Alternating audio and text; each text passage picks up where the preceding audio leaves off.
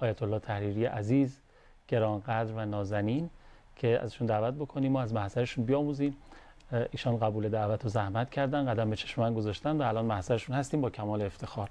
آقا سلام، خیر مقدم. چقدر خوشحالم شما رو زیارت میکنم. من همچنین محبت دارید. مخلص شما هستیم. من ضمن از سلام خدمت حضرت عالی و علیکم و بینندگان عزیز، موفقیت همه رو در مسیر تخلق به اخلاق الهی و اهل بیت علیهم السلام از خدا متعال خواهان هستیم. الهی ما هم البته لایق نیستیم برای این عناوین، اما به هر حال وظیفه است در این موقعیت که بتوانیم گوشه ای از معارف اخلاقی قرآن و سنت رو انشالله مطرح بکنیم و انشالله فضای مملکت ما الحمدلله فضای معنوی است. بیشتر باید برای معنوی تر باشه در ابعاد گوناگون و همه ما در همه عرصه ها و همه اقشار با این مسئله بر ما نیازمند هستیم. خیلی خوب. خیلی خوب. تذکر است، هم تذکر و هم به نوعی حال یادگیریه که یعلمهم و یزکیهم. بله خیلی هم عالی، دست شما درد نکنه که این تذکر و یادآوری رو فرمودید ابتدای امر. به نظر موضوع اخلاق موضوع لطیفیه، به خاطر همینم که اینقدر مهم بوده خدا وجود نازنین و لطیف و مهربان پیامبر رو انتخاب کردن برای این. و برای هر کس هم که میخواد از اخلاق بگه باید این ویژگی رو داشته باشه. الحمدلله که خدا قسمت کرد ما محضر شما هستیم و من خیلی خوشحالم از اینکه میتونم راجع به این موضوع از شما یاد بگیرم و بشنوم بدون اغراق. خب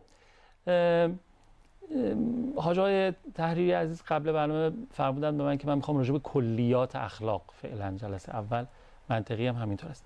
یه سوال تو ذهن من هست، ابتدای این کلیات، وسطش، آخرش، هر جا صلاح دونستین، اخلاق یعنی چی؟ چون تعریف‌های مختلف از اخلاق شده. دلم میخواد بدونم تعریف شما از اخلاق. هر موصل. بسم الله. بسم الله الرحمن الرحیم. الحمدلله رب العالمین و صلی الله علی محمد و آله الطاهرین و لعنت الله علی اعدائهم اجمعین.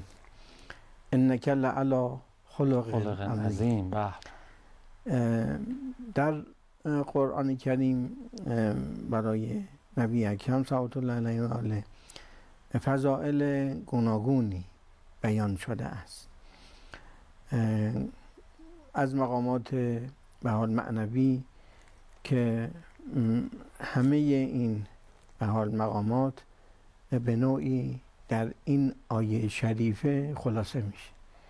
یعنی خدای متعال در این آیه یک حال به نوعی کپسولی از فضائل بیشمار نبی اکرم صلوات الله علیه و آله رو با تأکیداتی، انک، ان خودش تأکید جمله اسمیه و لعلا، این لام خلاصه آمده بر سر خبر، خلق هم جمع اخلاق، بله، و عظیم هم خودش دیگه هم لفظش عظیمه و هم نکره است، هم تلنگری توش داره.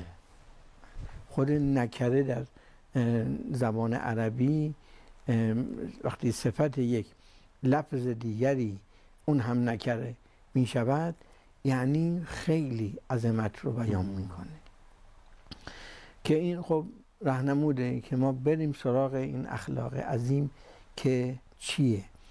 البته در روایات اجمالاً ائمه علیهم السلام فرمودند که خدای متعال پیامبرش صلوات الله علیه و آله رو بر محبتش تأدیب کرد، یعنی مؤدب شد به محبت الهی.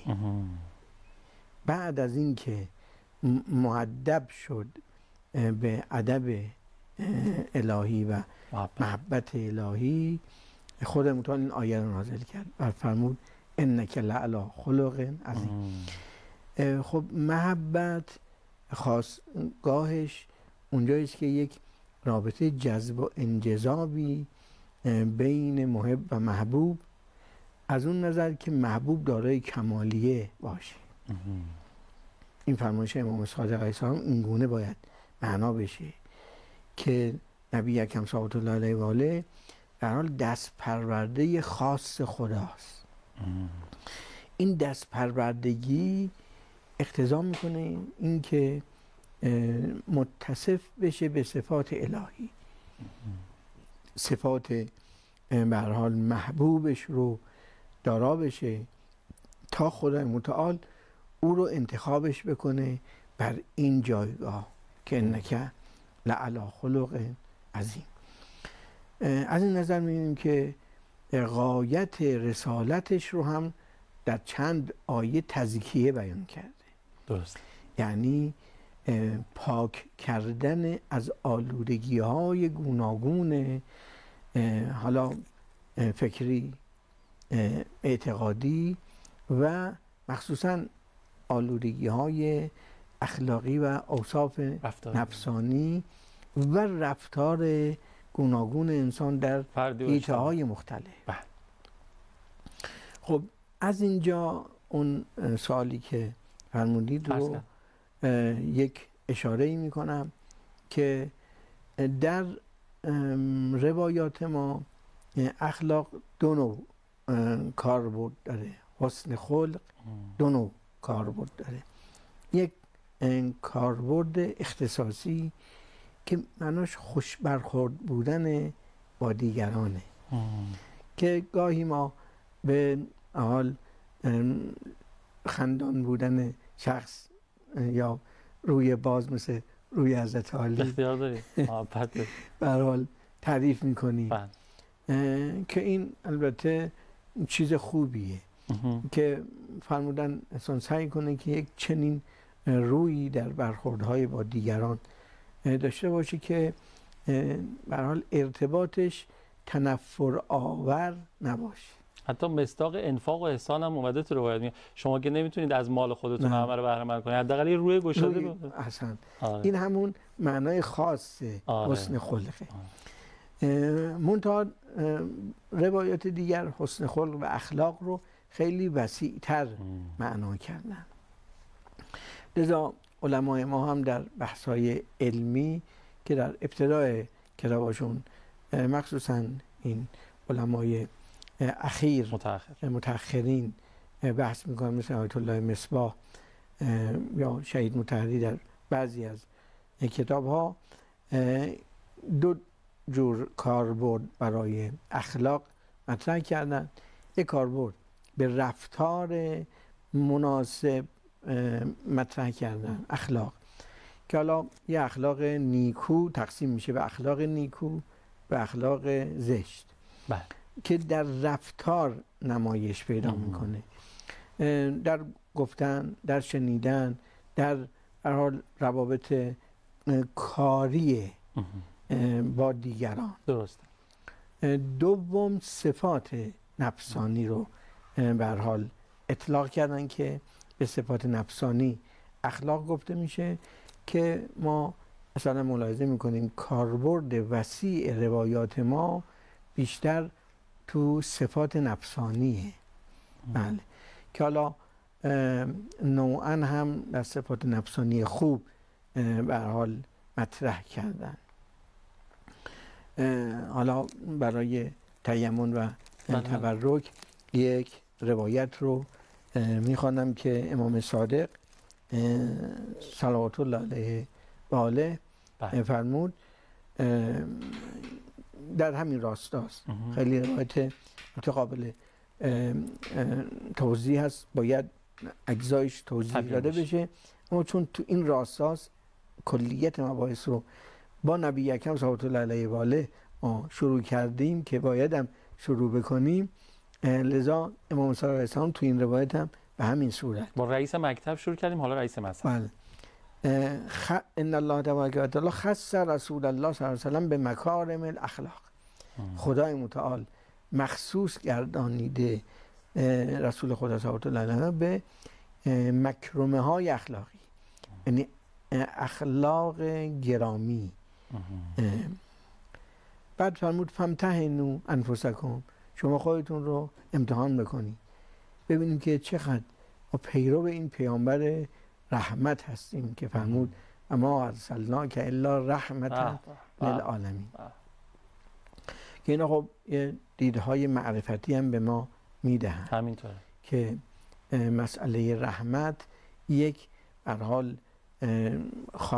صفت خاص خدای متعال است که در حیطه وجودی انسان عمدتاً ظهور و بروز داره و لازمش این است که اون چرا که انسان در کمالش نیاز داره اون رو اعطا میکنه. بله. بعد فرمود که فإن کانت فیکم، اگه در شما بود فحمد الله عزوجل، خدا رو حمد کنید و به همینجا توقف هم نکنید.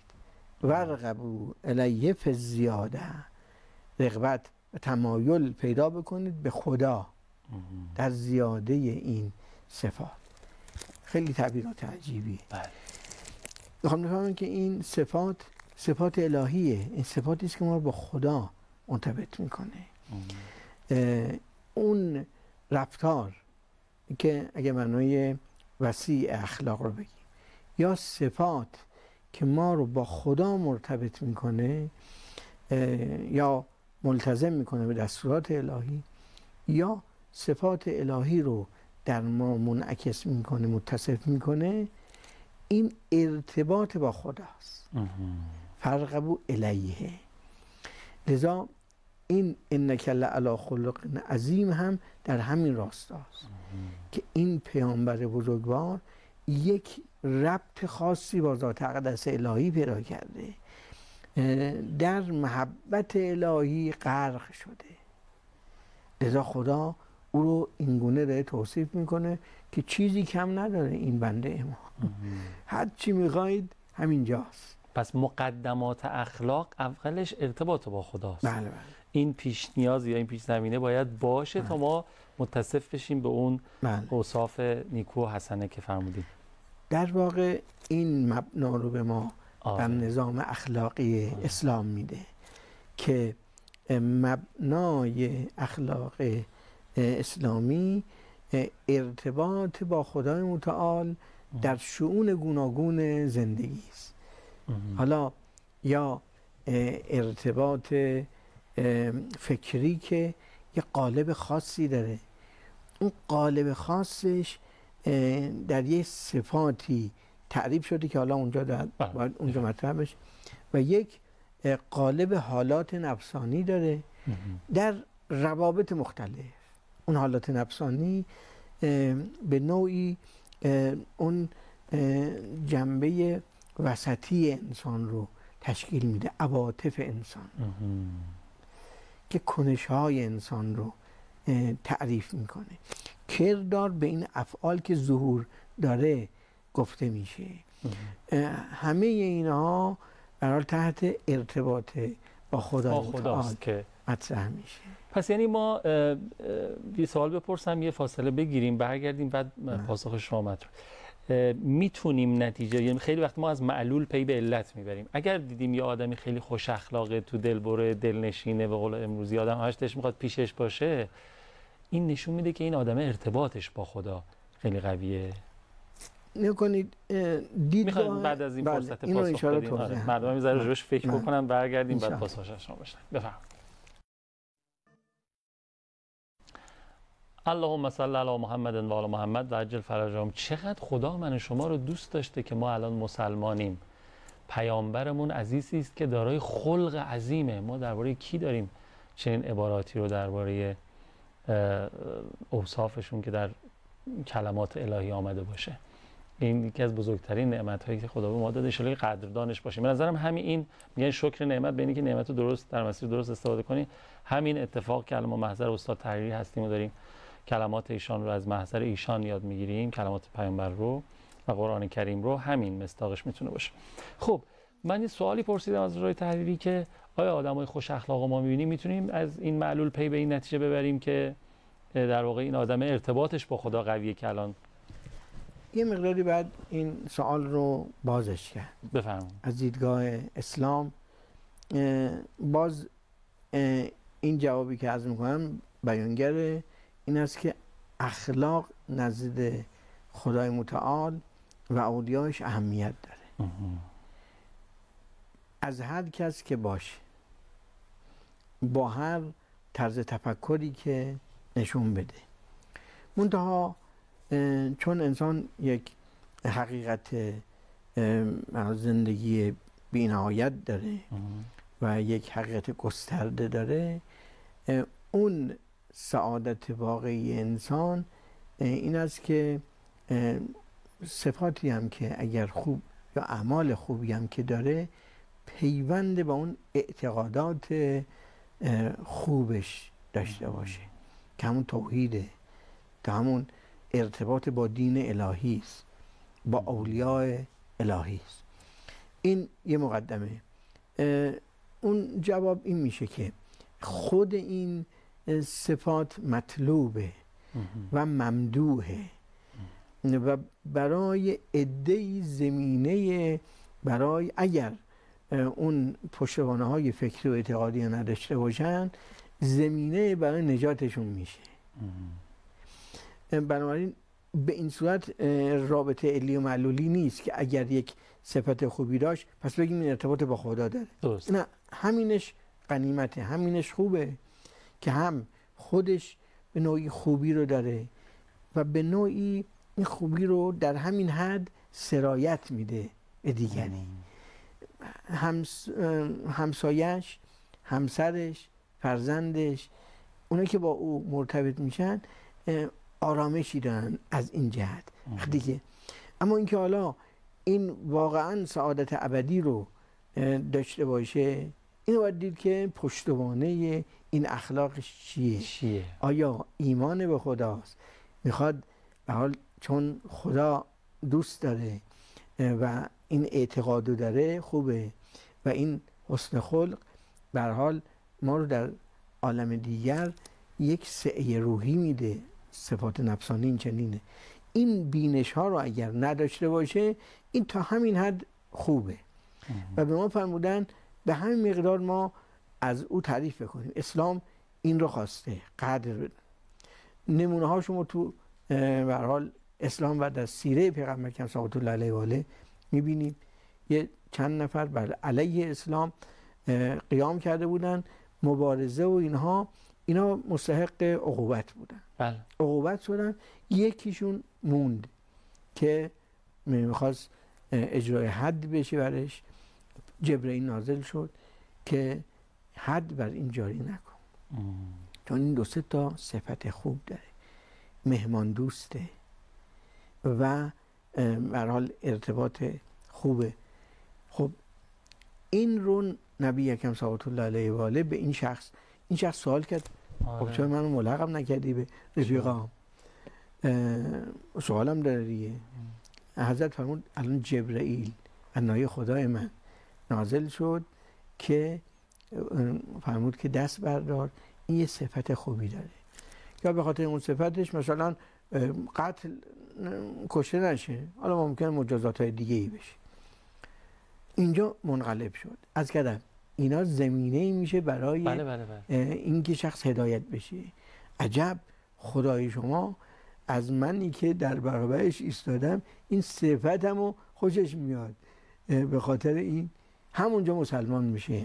و ظاهرا میره قوم و خویشش هم مسلمان میکنه. مثلا خیلی از غیر مسلمان ها اینجوری از اخلاق خوش پیامبر و امیرالمومنین و اهل بیت اومدن مستجاب اسلام.